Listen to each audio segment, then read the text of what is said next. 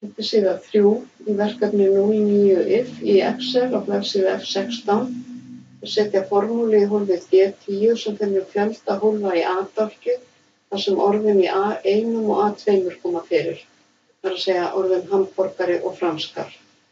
Ég smelli í hólfið G10, fer í FX-hnappinn, finn fallið, countið og OK.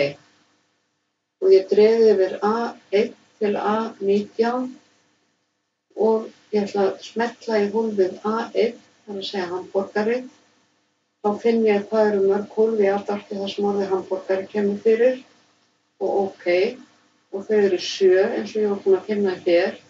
Og síðan þarf ég að smetla upp á ritlínuna, skrifa plús, fara aftur í FX-hnappinn og aftur í count-if-fallið og draga yfir svæðið í A-dálki og smetla hér í orðið franskar.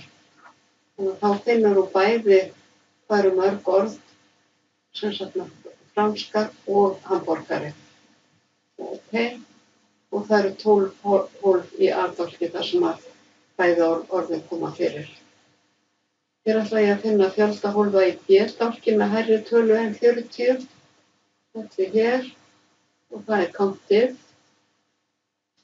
Og ég dreg yfir B-dálkinn núna,